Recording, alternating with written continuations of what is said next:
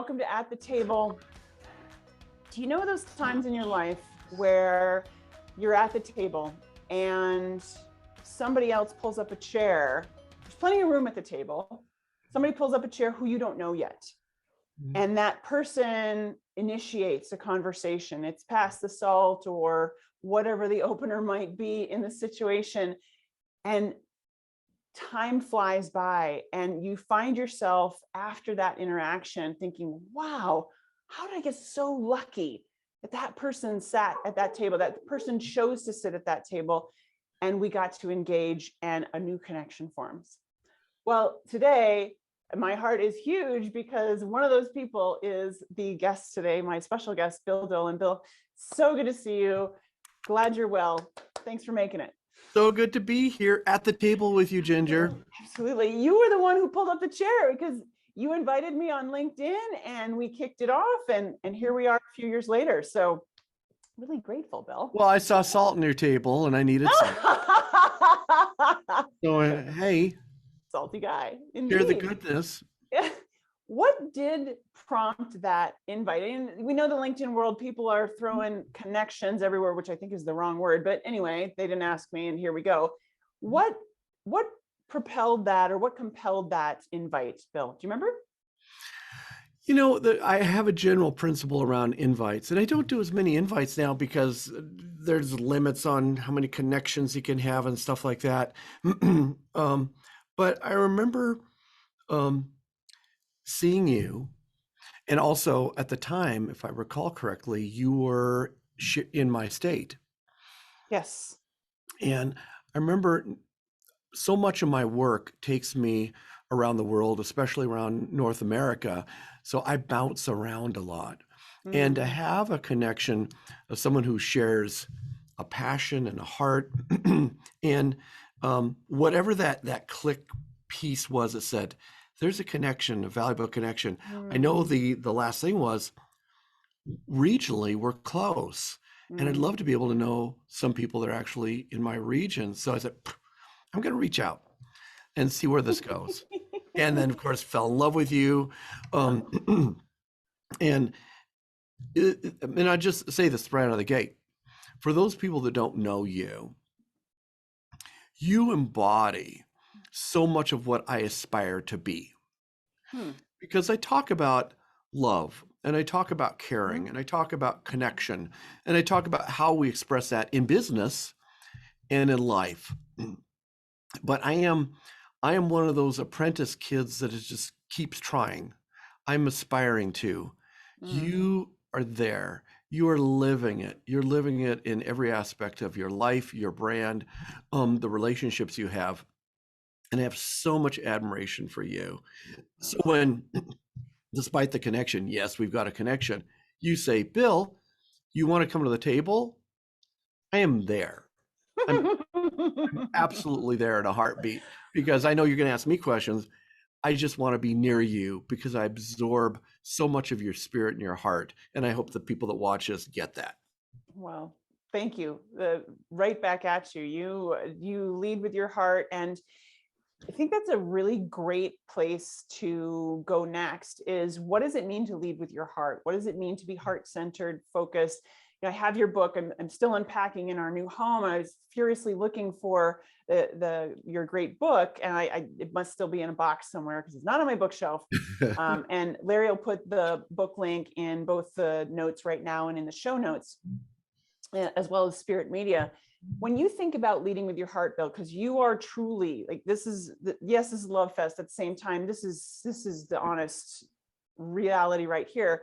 You are one of the most heart thoughtful. You listen to your heart. You listen to your head and your guts too, because that's a trifecta we need to pay attention to.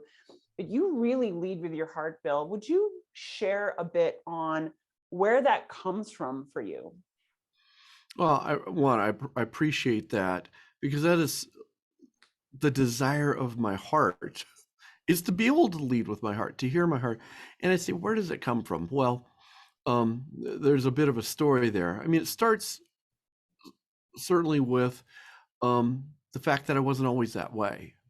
I think all of us are feeling beings. And I Mm-hmm. deeply believe that all of us desperately want to love and be loved. Mm. And we go through life on this journey, um, hungry for Mm. that validation that says, yeah, you're loved, you're worthy to be loved. Right. And we spend so much time, especially if we're in a place where there are things that have threatened that message, that maybe you aren't loved. Mm. Mm. And especially in marketing. I mean, my background's television, entertainment, Mm-hmm. marketing, the whole space. And sadly, part of the reason I live the way I live and try to teach what I teach is because most marketing is telling you that you are inadequate unless you buy their Mm. product. Oh, Bill, it's such a gem. It's so true. That pain point, that inferiority, that here, come with us, we know better than you. Oh, Yeah. keep going. Yeah, you know, you'll be a better version of yourself when you drive my car or smell Mm. like this or look like this or go here or eat this or blah blah blah. So you go Right. down the list of how many things are secretly telling you're inadequate, and then you surround Mm. yourself with a world of people that are secretly hurting for whatever reasons. I mean, we all have stories, we all have issues, we all have Right. flaws. And when we compare our insides with other people's outsides, Ooh. um, the time that you look in the mirror is not always a time when you say, I love you, I care about you, I respect you. Too many times it's you're not good enough. You haven't Right. lived up to your potential. You've really let me down. And with Mm. that myriad of messages going on, and I certainly grew up with that. I heard it Mhm. both subtly and blatantly. Hmm. I, like a lot of people, went out looking for love. Hmm. Now, we find love, one of those things has to do with that stirring in our heart that says, you know, what are your passions? After the desire to love and be loved, how can that be expressed? And Hmm. what are those things that excite you or thrill you or whatever? For me, it was television. Hmm. And I ended up having an incredible career in television. I mean, I still do work in the field, you know, but I Hmm. had a death experience. And when I had my Right. death experience, um, it was like a reset. That Mm. didn't mean that, oh, now I get it. There are things that I got for the first time in my life because I had a profound after death experience. But Mm-hmm. to me, it was the breakthrough. It was the beginning of the journey to say, what does that mean? What does Mm. it look like lived? Mm-hmm. And the one thing too, and I actually did a little post on LinkedIn this morning, and I remember on the day that I died, I could not tell you whether I told my wife I loved her, whether I told my Mm. kids I loved them, whether I told, you know, that kind of, it's kind of freaky to go, oh, I love you. Like, hey, wait a minute, Tiger. You know, it's awkward for us to say that because we're not sure how it's going to be received. Um, but I didn't know that that could have been the last day of my life. And we don't know whether today is the last day of our life. Right. We can't predict. Weird things Mm-hmm. happen. You know, we Mm-hmm. always want to have that deathbed thing where you slowly close your eyes and reach out and say, Jimmy, you know, you know, uh, This is not the movies, with all due yeah, respect.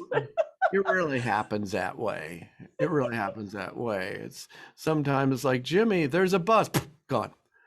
You know, Right. it just the way it goes. And so the thing is that I decide from that point on that if I have the privilege of taking another breath, and I do believe every breath is a gift, how will I use that gift I have as a gift to others? And what will be my legacy? Mm. And not just did I leave in a life insurance policy, but will I leave a room better? Right. Will I leave a life better? Which Mm-hmm. means you can literally live and leave a legacy every day Mm. with every touch Mm. point. Every Mm-hmm. person you touch, whether it is your Uber driver or a partner or a friend or a vendor or whatever it is that we do in human engagement. So that begins this whole idea around loving and caring. Now, mixed with that is, of course, when people are hurting, they tend to think inward. Mm. And we're kind of thinking protective because we don't want to be hurt. Mm-hmm. And so a next layer, they say, how do you really express those things? Is to begin a journey of healing and to be willing to be hurt. Mm-hmm. Because love is not a petal in a trail of rose petals. Mm-hmm. Sometimes it is. That's fun. But the truth is, it's not. Love is the willingness to be able to give and to share even when it's not returned. And you're able to do that more so when you come from a place of healing, Mm-hmm. from a place of health. And there isn't anybody that's at the perfect level, but always aspiring. When I know my feelings, I know myself, I know I'm vulnerable, I know I'm flawed, I know I'm imperfect, but I've learned to accept and love who I am on this journey, Mm-hmm. and to recognize that you are on a journey. And because you're on a journey, you are worthy to be loved. And when you might not be loving yourself, I want to let you know you're worthy to be honored. You're Mm-hmm. worthy to be respected. Mm-hmm. Your dreams are worthy of pursuit. Your hopes are worthy of living. Mm-hmm. And to be a voice in a world that wants to tell you you're inadequate unless you buy my perfume. I think Right. Life doesn't smell any sweeter. maybe we could tip the weights, the Right. balance of Right. inadequacy versus you are crazy, more than adequate. You're miraculous and powerful and wonderful. Mm-hmm. And the fact that you're living and taking a breath in this world means that you make this world better. Mm-hmm. And you Right. have within you the power to make this world profound. And for that, I honor you. And that's the desire of my heart. Mm-hmm. So that's all Long of answer, the, sorry. yeah, that's great. I mean, we're sitting here at the table. Take a sip, my friends, and drink it in, because what you're sharing, Bill, is everything, which was that's a small microcosm of who you are and where you've come from and so forth, that has cemented that to lead with your heart is because of all these things: good, bad, ugly, beautiful, smelling good, smelling rotten. It leads to, you know what, I'm going to lead with my heart because I know that makes me a better person. That makes other people a better person. I've been writing notes as you're talking. Live and leave a legacy every day. Really, really like that. That is a great frame of mind. So when you think about, if you were to describe, what does legacy mean for you, Bill? How would you define legacy very simply? Because it feels big, it feels maybe unapproachable for certain people. What does legacy mean to you? Well, yeah, it's a great question. I mean, if you look it up in the dictionary, legacy usually is implied with it's what you leave to your folks after you die. Okay. And usually we in our mind we have it applied to money because Mm-hmm. money is one of the biggest things that we value and can measure and it's tangible and all that stuff. Mm-hmm. But legacy to me is the idea of lasting impact. Lasting impact. Mm-hmm. And um, uh, we get to do that every single day. It doesn't have to be, you don't have to die to have a legacy. You Right. can live Oh, to have say a, that again. you don't have to die to have a legacy. Yeah. The best legacy is lived every day. Mm-hmm.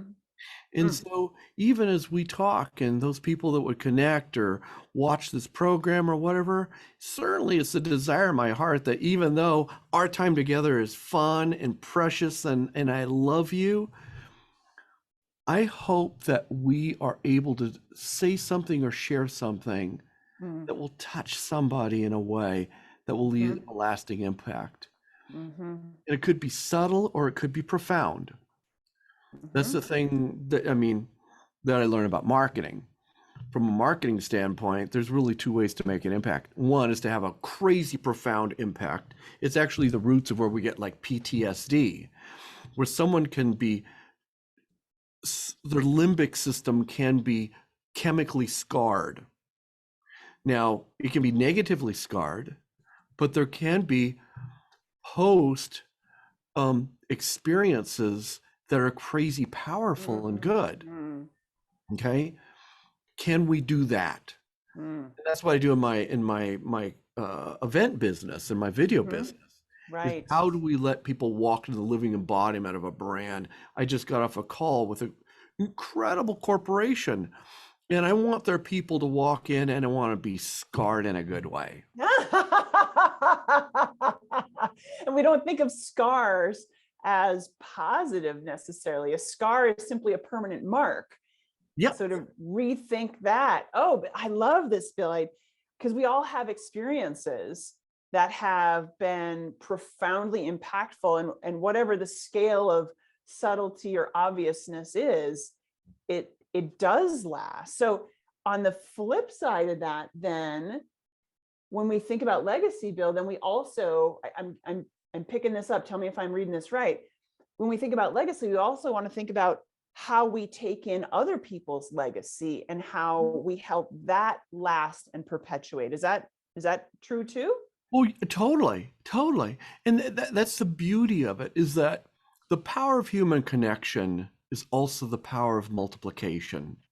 Mm. You see that when we actually live those experiences and we look at those scars as this beautiful tapestry of the human experience and Mm-hmm. start blending those. In my book, there's one of my, the first book, I've got a second book coming out. Yes. First book, one of the disciplines is the power of multiplication. And one of the Mm. stories I tell is when I was a little kid. Mm-hmm. And I start out with a Schwinn bike. It was a big Schwinn. That was a big deal back then. Right. Schwinn bike. And I actually posted a picture of me on my first Schwinn bike. And then I got a Stingray. And the Stingray was cool, but Ooh. it was a single gear bike. So it Uh-huh. means you pedal. If you want to go anywhere, you're pedaling and pedaling and pedaling and pedaling and pedaling. Your legs, your little legs get strong. That's great. But when I got to be, I think I was, I don't know, seventh grade, eighth grade, or something like that, I got a 10-speed bike. Ooh, Bill. Oh, And 10 speed, from 1 speed to 10 speed, from it was Bill like speed to 10 Bill speeds. crazy. And the thing that's so cool is that, and it is so much like humanity, that when you look at the gears on a bike to say, can I pedal at the same rate, but Mm. multiply the speed and the impact of the Ooh. power that is being expended? That was the wake up call to me. And I realized that while gears are powerful and machines are powerful and all these kind of things are powerful, the single most powerful multiplying force in the world is when you can invest in another life Mm.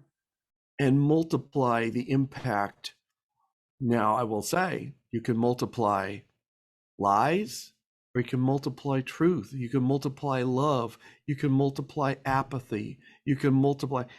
And Mm. so we feed into that gear Mm. system of Mm. relationship every day. And when we go and realize that, guess what? You are more than a 10-speed bike, but you get to decide the trajectory and the impact that will be multiplied with your words and your actions in your life every single day. Mm. Where are you taking this world? Where are you Mm. taking your community? Where are Mhm. you taking your heart? Mm. Mm. So good. Woo! So good, everybody. Bill Dolan, Spirit Media, 7drm.com is your marketing book, and it's packed away. Otherwise, I would be holding it up proudly. You signed it for me. I love that book. I have the large print version. Please hold up a copy of it. Yes, absolutely. Bill Dolan is out of respect for so many people that need a large print version, we also have this one. Extra large. Did that get supersized somewhere along the way?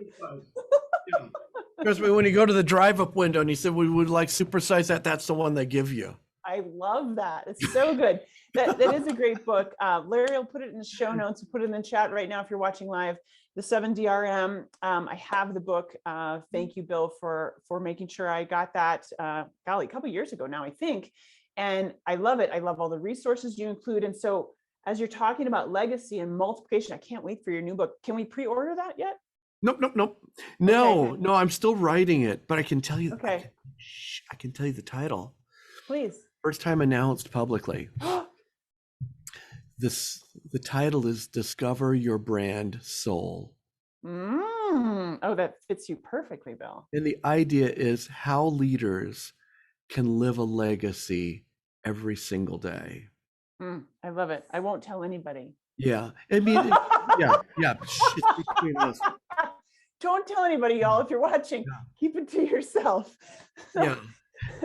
Bill, you give master classes on leading with your heart and having a really rich, fulfilling life. I know that earlier in our relationship, your beloved mother passed away, and you shared that, and that's leading with your heart. You're not looking for sympathy, you're looking to share, because when we share, then we create better, stronger connections. And one thing several things you said are sticking with me, but one thing you said is, what has threatened your heart?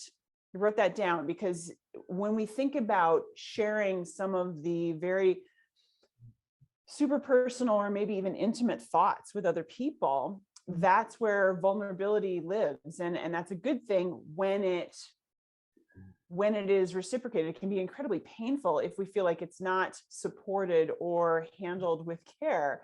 But you lead with your heart, you talk with the idea that you're making the world a better place, and you certainly are. And so as we keep going here with At the Table today, you said something else, and I'd like you to talk a little bit about this, Bill, because this is absolutely connection.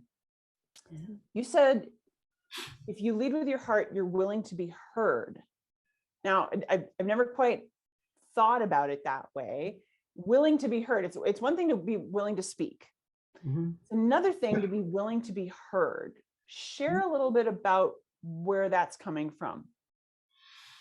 Well, it's one of many things that says, and there's really an addition to that.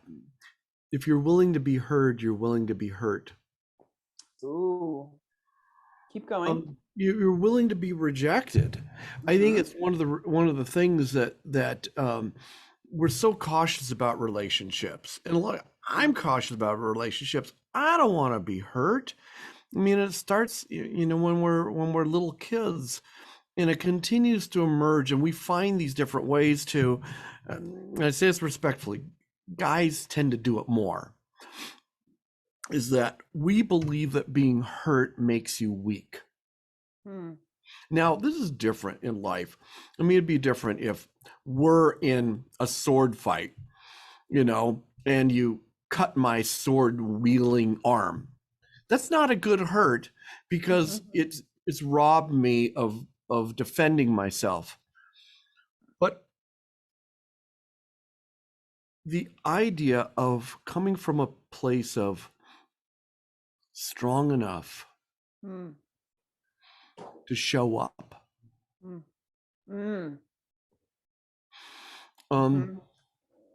It's one of the most vulnerable things we do. And we understand that proximity is the first critical ingredient of forming relationships.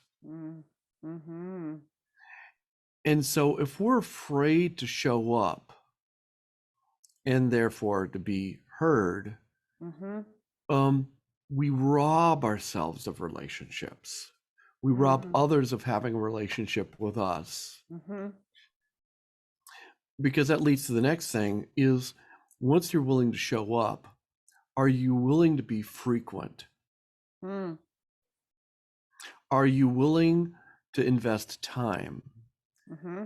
And are you willing to peel back the layers to reveal who you really are? Mm-hmm. And uh, that one of the most precious things that we have in this world is relationship. But if the fear of being hurt and subsequently hurt robs you, it undermines the very essence of the human Mm. experience. Mm. Mm. And I Truly. see tragically through life experiences, so many, all of Mm. us have in one way or another been Mm-hmm. hurt, and sometimes hurts intensely deeply. Mm-hmm. Um, and then the situation with COVID that caused a lot of people to retreat Mm-hmm. is creating, I believe, one of the most dangerous cultural deficits that's more dangerous than any pandemic, and that's the loss of genuine relationship with others. Mm-hmm. So when the pandemic started changing things, Friday the 13th, what a day that will live in infamy for so many. What was your response to that from a relationship connection standpoint, Bill? Do you remember what you were thinking, and how you chose to wake up the next day and say, okay, this is the world. So what do you recall? Well, I I recall not being so alert as to what's really going on, because if you remember, it was going to be, we got to take a couple weeks, Right. Right. then maybe more than a few weeks, and then a couple of months, and so it was kind of like a frog boiling type of scenario. We really didn't know what pot we were in. Right, the frogs really don't appreciate it either. It was slow, it was subtle, and so for me, I mean, I have a creative agency, and a creative agency is about um, uh, telling stories, creating brand videos that are really about sharing the brand soul of an organization in a Mm, synthesized piece that usually involves connecting with people to get right. that story and to develop that story and tell that story. Hmm. We also have an event services division where we create experiences for people. Right. Now, I've done live events for giant entertainment acts and corporate acts and things like that. And we have done hybrid events and virtual events before, because my Hmm. background's television. So that wasn't Right. but that human connection piece um, was lost. And part of it was lost for a couple of reasons. One was just the physics of the pandemic, but the other is when people experience change, fear, or the unknown, we tend to retreat. Now, there is the fight, flight type of thing. This pandemic, there wasn't anybody going out in fists saying, we're going to fight this, it was like shadow boxing. They didn't even know what they were fighting. I didn't know what we were fighting. Hmm. But there was that pullback. And so I had to work with my team, and we really talked about how do we exhibit our craft in a way that still honors connections, that honors Mm, relationships, that creates tools for companies, whether they be nonprofit, because um, a significant part of our work is for nonprofits as well. We work for a lot of corporations and sales organizations, but the nonprofits, and how do we take all of our gifting and remember that human connection? mm, mm-hmm. And so it was really digging. It's not that we'd never done it before, but it meant that we had to be able to explain it. We had to explain why we're doing it and what was important to it. And Mm-hmm. Yeah. and navigate it. So Right. it wasn't smooth or buttery at all. It was No, awkward. It was clumsy. It right. was good. Right. And I remember early in the pandemic too, you, with Spirit Media, you started offering some webinars. And I took advantage of one of those because I adore you and I wanted to see and I want to keep learning from you. And you, one of the nuggets that still sticks with me, my notes from that webinar are in the other room at the same time, like one thing you said is, look, don't try to make your online events the same as a live event. You're just gonna handicap your thinking. They are different. Yeah. And so I so appreciated that, Bill, because I, like lots of people, yourself included, I didn't seek out digital work. I didn't seek out online. There's lots of people who did across the globe, and good for them. And there's a lot of people who just closed shop and fetal position and like panicked. And I remember waking up the next day and thinking, okay, this is what we have. What are we going to do? And how do we keep moving? So I appreciated how you immediately activated. You said, look, this is how we can help. And you gave and gave and gave. That's you leading from the heart. Because when we think about, quote, business and serving people, business is about serving people. I know you know that well, Bill. That's your whole mantra. That's part of who you are, and that's your DNA. In fact, Larry, if you would pull up the picture of Bill as we're going to do a quick journey here. Pull up the picture of Bill as a little kid, because clearly when you were a little kid, you already had a sense of humor. I love this. So good. I appreciate you saying that, but that was a serious reflection of my career trajectory. Do tell. Well, see, my mom was a nurse. And so I was constantly surrounded by medical-ish things. And it's interesting, when I was little, I thought I was going to be a doctor. And I want to be a doctor because I was going to help people. They're smart. They make a difference. They can obviously, you probably can't tell, but I think this is Huckleberry Hound inflatable. It looks like it. Yeah. Cause then the cat's on the other side and so forth. That's a Huckleberry Hound inflatable. And it was Christmas. And so me expressing, I won't be a doctor when I grow up. So I got a doctor kit. Okay. Yeah. So that was really a career trajectory. Not a humorous thing. I was serious. I like that. Now, Larry, if you would please put up the picture of Bill as the broadcaster. You're looking all suave. Here it comes. There he is. Look at that guy.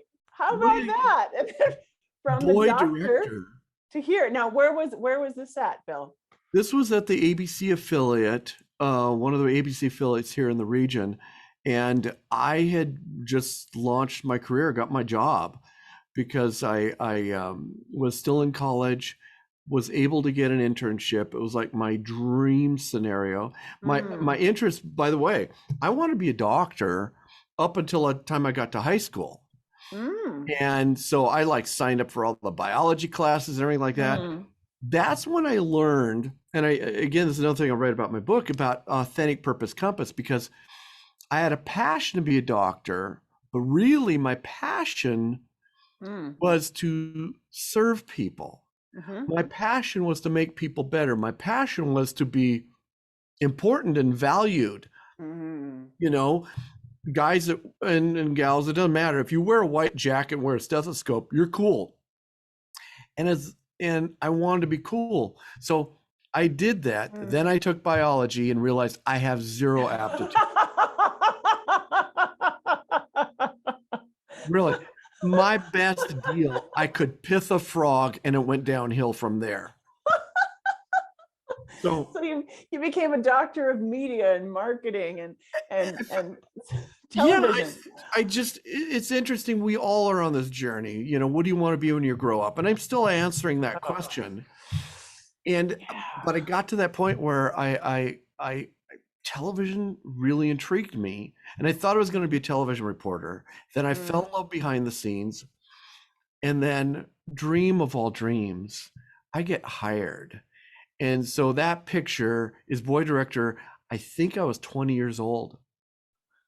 20 years old, I'm still in college, and I'm working in my dream job, just pinching myself every day and learning. Just It was so good. So good. So good. It is so good. Bill, it's so good to hear you share so freely, which I knew you would. It's so good to have you here at the table. And while we could go on for probably 6 hours, Easily. I think I think we'll wrap it up this time. And for the record, y'all, like Bill hit the go button when he invited me. We've formed a genuine relationship. We have this mutual love for each other. There's a real connection. This has all been digital so far. Now there was a couple of fits and starts where I was going to be in Portland and so forth. We're in the greater Portland area. I will be there and we will hug it out and we'll be together in person. So as we wrap up today, Bill, if you would, Larry, would you put this in the chat again? I know it'll be in the notes. Bill, tell people where they can find out about your media company, because you do amazing productions. You got the Iron Man suit behind you. You were part of those films. And then also share the site for your book, which I know you have the supersized version again. I don't have I don't have the little one that's still packed up, but I highly recommend it, especially with my marketing background. When I started reading that, I thought, yes, this is so much more positive. So share those two sites if you would, please. Okay, well, the first one's our agency. So producing videos, producing experience events, hybrid events, virtual events. Spiritmedia.com is our agency. Splendid. Then I wrote the book, The 7 Disciplines of Relationship Marketing. And that's where I walk through not only really what I've discovered, and I believe is probably the greatest marketing template in the history of mankind. And I talk about some practical experiences, but I also talk about my death experience and really how that was a change in my life. So I'm very, very honest as I pour out my heart and walk people through that process. And that can be found at 7drm.com. And there's a link to where you can buy the book or the Kindle or the Audible, which we sell through Amazon. And then I'm excited to say that starting this month, we're launching the video series. The 7 Disciplines of Relationship video series. So if anybody says, look, I've read the book, now I want to learn how to apply it in my own life, they can get the video series and the work things. They can get it as a group. I met with a company yesterday, and they're going to take their team through it. Nice. And for 12 weeks, they're going to say, how can we reshape and re-anchor our marketing about real relationship, about real caring, about real impact, and about who we really are as a brand. So they're going to go through that series. And then I'm actually going to start taking auditions for people that want to do a workshop. And we're going to do a 12-week workshop. Keep the groups pretty small, but starting the summer, those people that say, look, I want to be able to collaborate and work with you, we're going to open that up for those people that want to do that. And excited to just put the 7 disciplines to work in any leader that really wants to make a lasting difference. Absolutely. Size is irrelevant. Passion, purpose is what really matters here. I love that Spirit Media fits you so well, Bill. It really exemplifies who you are, leading with your heart and living a beautiful life. Your relationship marketing, it's absolutely, people say, well, it's about the relationship. Well, if you're really serious about it, then get this book and pay attention. Get on Bill's newsletter list. I'm telling you, it's worth it. And I am on very few lists, and Bill's is one of them. Bill, thank you so much for making time. It is wonderful to see you, my friend. I'll share this. This will be archived on the YouTube channel. Really grateful if you were able to join us live today. And if you're watching later, let me know who else you might want to have on. Bill's a tough act to follow. At the same time, there's lots and lots of great people leading with their heart. Bill, thank you so much again for being here. Thank you, Ginger. I mean, seriously, you know, I love you. I respect you. I appreciate. And someday when I grow up, I'll be like you. That's my goal. Well, I'm thinking the same thing, my friend, but we'll sip together soon at the table. So take good care and we'll see you soon. Okay. Thanks so much. Take care. Take care.